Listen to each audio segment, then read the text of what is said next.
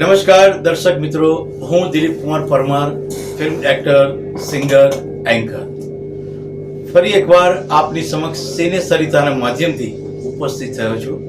હું સિને સરિતાનો દિલથી આભાર વ્યક્ત કરું છું, કારણ કે સિને સરિતા 1932થી લઈ અત્યાર સુધી અવનવી ફિલ્મોની નાની નાની વાતો આપ સુધી પહોંચાડી છે.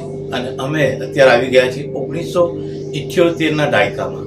જી હા, અત્યારે અમે આપને 1978ની સાલમાં જે ફિલ્મ રિલીઝ થઈ એની કંઈક રસપ્રદ વાતો આપ સુધી પહોંચાડીશું.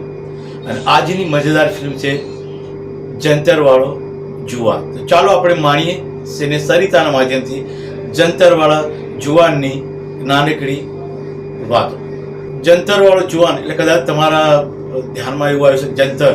ના, આ કોઈ જંતર મંતરની વાત નથી, પણ જંતર એક વાજિંત્ર છે. જી હા, જેને આપણે સાદી ભાષામાં રાવણોત્સવ પણ કહી શકીએ, જેને આ રીતે વગાડવામાં આવે છે. એક પ્યારું આ વાજિંત્ર જે આ ફિલ્મમાં ખૂબ સારી રીતે ઉપયોગ કરવામાં આવે છે. જી હા, વીરુ નામનો એક યુવાન જે જંતરનો બહુ જ સુંદર જાણકાર કલાકાર, જે પોતાના જંતર વાદનથી લોકોના દિલમાં આસાનીથી ઘર કરી બેઠો હતો. જી હા, હું વાત કરી છું એક નાનકડું ગામમાં સુંદર મજાનું મંદિર, શૈલી માતાનું મંદિર.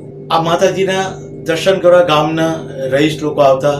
અને ગામની આ મંદિરની ખૂબી એ કે ગામના મંદિરની બહાર આ જંતરવાળો જુવાન પોતાના જંતરના શૂરથી લોકોના હૃદયને મંત્રમુગ્ધ કરતો.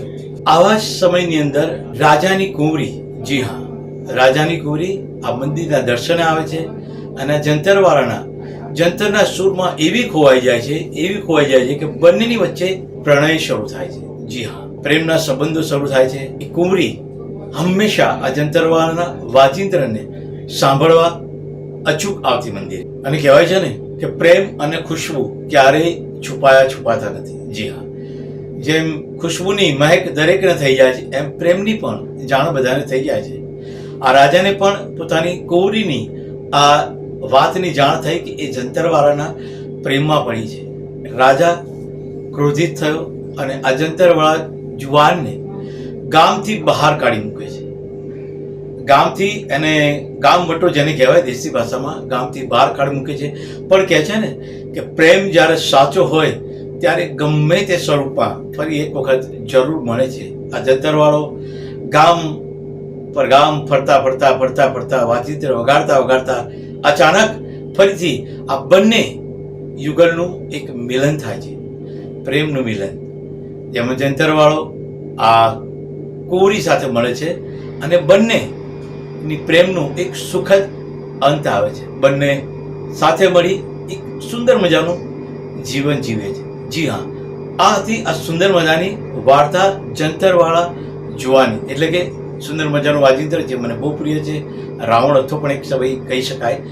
આ સુંદર મજાની વાતને કામયાબ જે લોકોએ બનાવી છે એના નામ હું તમને જણાવવા જઈ રહ્યો છું.